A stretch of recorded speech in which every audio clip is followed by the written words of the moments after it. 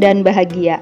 Bapak dan Ibu guru hebat, perkenalkan, nama saya Rusmiati dari Satuan Pendidikan SD Negeri Maroko. Pada video kali ini, saya akan membagikan praktik baik pembelajaran berdiferensiasi yang telah saya lakukan. Kegiatan ini bernama PASADA, akronim dari Pasar kelas 2 SD Negeri Maroko. Mata pelajaran berkaitan yaitu matematika, bahasa Indonesia, PPKN, dan SBDP.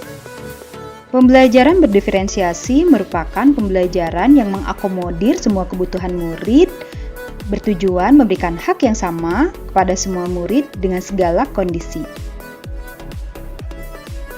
Guru harus melakukan pemetaan kebutuhan belajar murid sebelum melaksanakan pembelajaran berdiferensiasi berdasarkan 3 aspek, yaitu kesiapan belajar, minat belajar, dan profil belajar murid. Ada 3 strategi pada pembelajaran, yaitu diferensiasi konten, diferensiasi proses, dan diferensiasi produk. Diferensiasi konten yakni jenis muatan atau konten apa yang akan diajarkan guru kepada murid. Diferensiasi proses yaitu proses yang mengacu pada bagaimana murid akan memahami apa yang akan mereka pelajari. Sedangkan diferensiasi produk yaitu hasil pekerjaan murid setelah mempelajari materi pelajaran.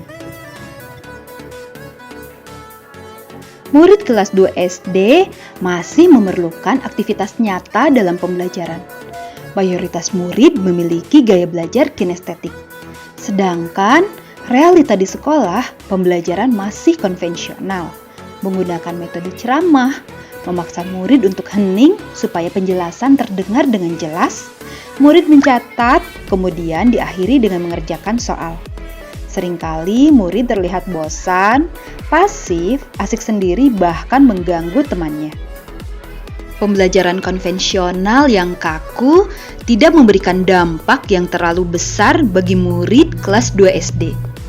Adapun karakteristik anak kelas rendah menurut Sumantri dan Nana Syayodin adalah senang bermain, senang bergerak, senang bekerja dalam kelompok, dan senang merasakan atau melakukan sesuatu secara langsung.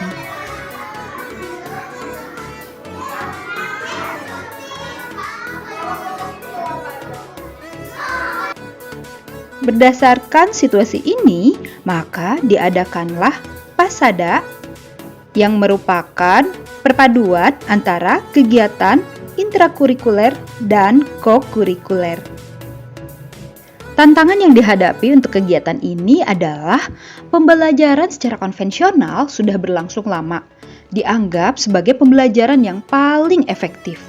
Proses kegiatan pembelajaran berdiferensiasi mengaktifkan semua murid sehingga suasana belajar menjadi ramai, dikhawatirkan mengganggu kelas lain. Kemudian, kegiatan ini baru pertama kali dilaksanakan di sekolah. Tantangan terakhir adalah kegiatan PASADA memerlukan dana sebagai modal berjualan yang dirasa memberatkan orang tua murid.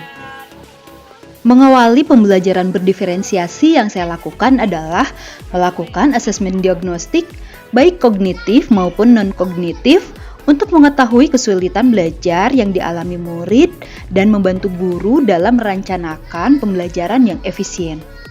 Kemudian, menyusun rencana pembelajaran berdiferensiasi. Saya meminta izin kepada kepala sekolah untuk melaksanakan kegiatan PASADA. Hal ini merupakan hal yang sangat penting dan tidak boleh terlewat. Saya juga menyampaikan rencana kegiatan kepada rekan guru, lakukan perbaikan rencana kegiatan berdasarkan saran-saran yang berguna supaya kegiatan PASADA ini berjalan sesuai dengan tujuan. Lakukan sosialisasi terhadap orang tua murid, menyampaikan hal-hal penting, serta melakukan diskusi untuk menghindari kesalahpahaman. Berikut ini adalah proses pelaksanaan PASADA. Murid beserta orang tua berdiskusi untuk menentukan barang yang akan dijual, mengerjakan lembar soal yang berisi pertanyaan-pertanyaan mengenai barang yang akan dijual. Membuat poster untuk promosi berjualan, murid diberi kebebasan untuk berkreasi dalam membuat poster. Promosi barang dagangan dilakukan kepada seluruh warga sekolah.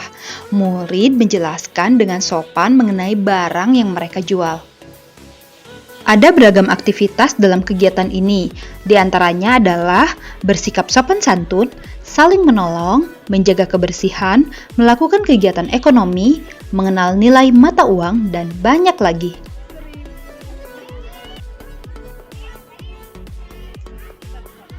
Kegiatan diakhiri dengan menghitung omset penjualan dan refleksi, menceritakan apa saja yang dirasakan, bagian mana yang paling disukai dan kurang disukai.